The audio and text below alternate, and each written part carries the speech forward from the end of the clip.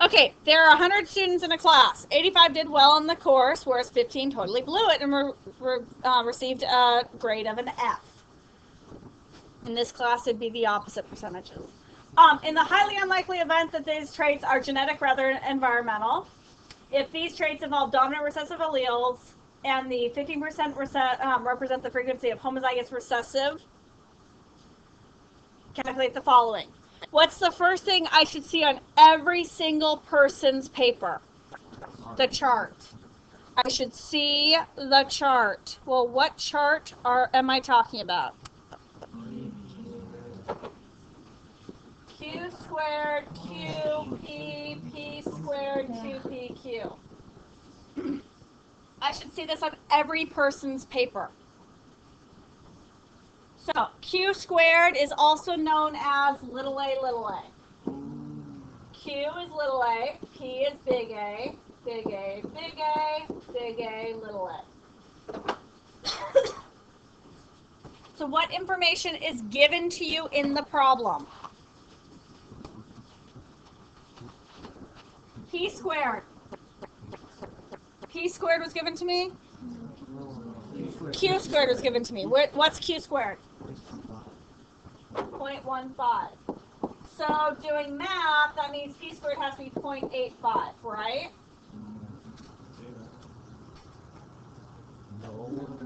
Why not? This is talking about big A, and big A, little a. So the two together should be 0.85. Okay, so what's my next step? I know Q squared. I can't figure out the rest. Square root. What's square root of 0.15? 0.38. What's P? How did you get that? P plus Q equals 1. 1 minus Q equals 0.62. Now, yes, your rounding might be slightly different. That's fine. P squared.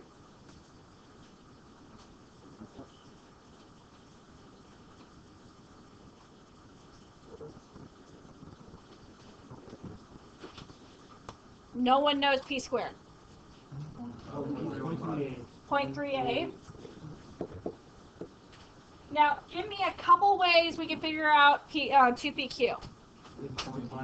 2 times P times Q. Boom. There's one way. What's another way? 1 minus the P and the P squared plus Q squared. Or, sorry. Yeah, P squared and Q squared.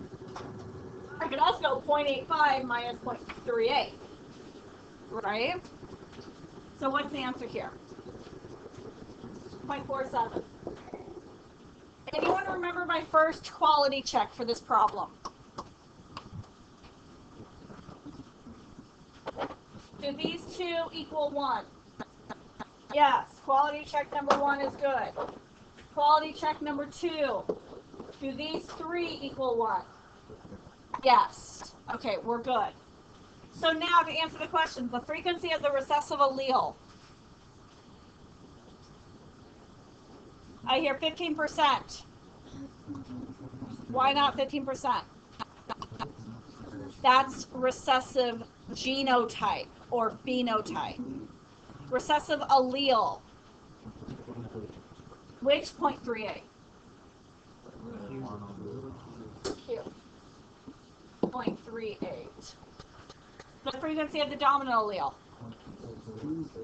0.62.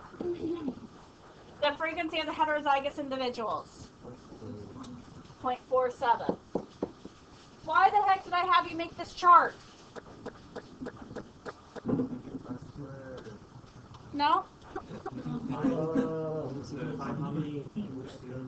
It gives you, it's a little bit of more front work, but then it's faster to do the problems.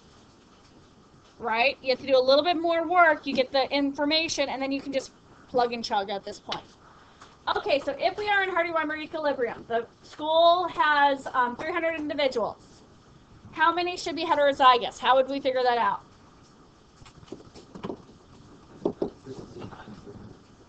So what's the frequency for heterozygous? 0.47 times 100? Why 300? New population 300. How many would I expect to be heterozygous? A lot. Great answer. Okay. How am I going to figure out for a homozygous recessive? What frequency? 1.15.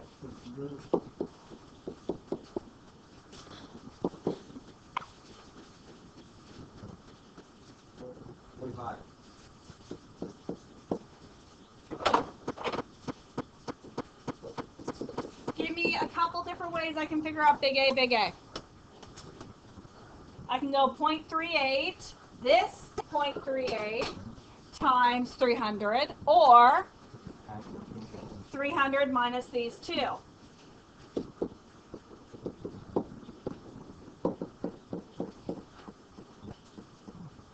Am I right? Okay, now, if I look at Sohan, can I tell that you're big A, or big A, little a for eye color? No, I can't tell. He's got brown eyes, that's all I can tell. So he's dominant. So I'm going to pretty much chunk these two together as the dominants, right? Okay, so if we were to have 225 students passing out of 300, are we still in Hardy-Weinberg equilibrium?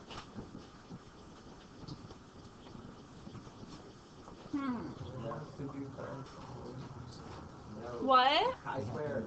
You have to do chi-squared.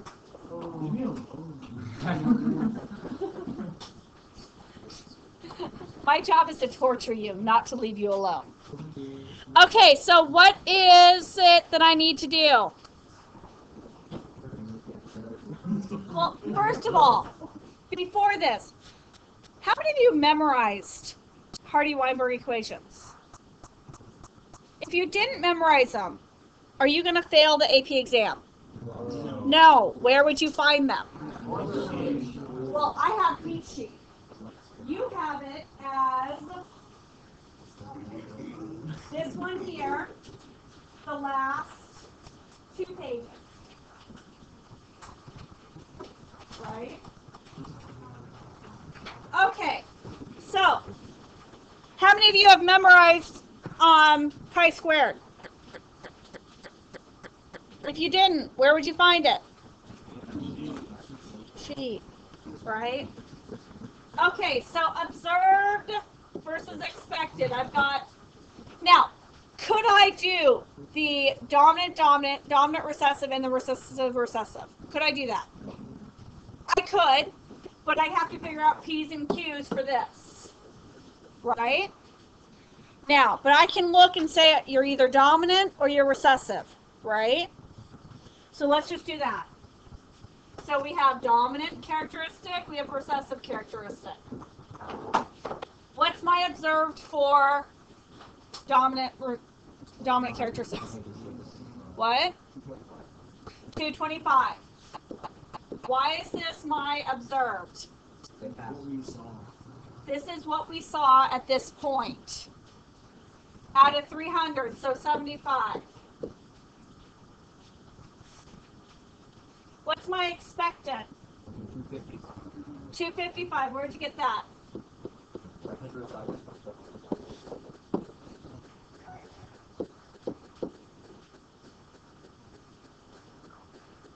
Now, you don't have to do the O minus E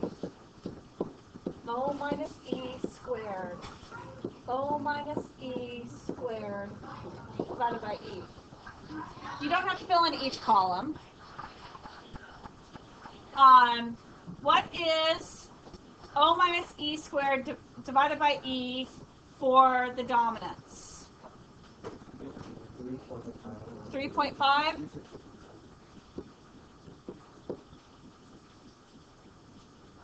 Recessive? 20. So it's 23.5. That's my chi-squared. What is my degree of freedom? 1. So if you look at the sheet, where's your hands? Where's your thumbs? So what are you going to say? Less than 0.05%. So we're going to reject. So are we in Hardy-Weinberg? No. Now here's the question, why? Okay, outside force, like what? Okay, there could be mutation, like all of a sudden there's smarter students or dumber students, depending on the year. Okay. What else? Too small population. Okay, selective breeding, we're not going to really go into that in terms of students taking tests. This is the next. Emigration, so gene flow, right? The population is no longer isolated. Crossing over, again, that's talking about future generations, but yeah. So you get the point. Okay. So, number 2, you sample 1,000 individuals from a large population for the MN blood groups, which can easily be measured since codominance involved. They are typed accordingly. M, MN, or NN. Why is it called codominance? Because both dominant traits are seen equally, right? You see the M, you see the N. It's not a blending, right? What would be a blending? Incomplete dominance. Okay. So, in order to do this, what do I need to do? My chart. Q squared, Q, P squared, 2PQ. Okay, Q squared. Q normally stands for the recessive, but does it always have to stand for the recessive? It's arbitrary that it stands for the recessive. So I'm going to say Q squared stands for big M, big M. So what's my percent of big M, big M?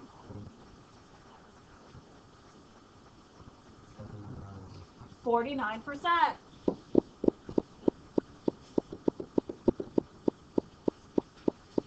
Now, I could go Q, then P squared. But look at my numbers. Can you tell me what P squared is?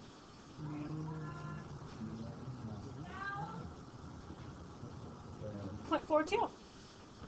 0.42, no. P squared. 0.09.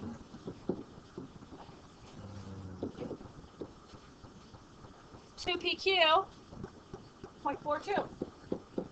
Why is it that we can just fill those in immediately? Because it's physically different. The codominant trait is physically different from the others, right? With a dominant recessive, you can't do this. Does that make sense? Okay, so now Q and P.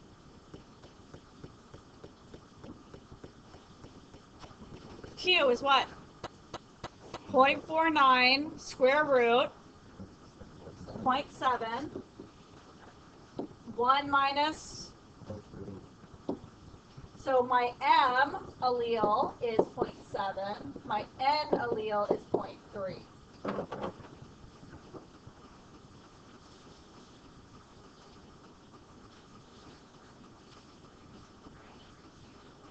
Does this make sense? We will be doing these types of math problems for warm-ups until the AP exam. Now, starting next class, you're going to finish the warm-up, turn it into Miss Leffler. She's going to grade it and give it back to you. And these are going to be individual points that you're going to be gaining throughout the unit. Okay? No, not test grades. Okay. So, I would be reviewing that packet that has that cheat sheet because any of those problems are fair game. For the test next class, I could talk about population dynamics, J shape, S shape, exponential growth, Any of those are in that packet. It might be good to review before the test next class. Ahmad. That's going to be a fake quarter? Yes. Okay.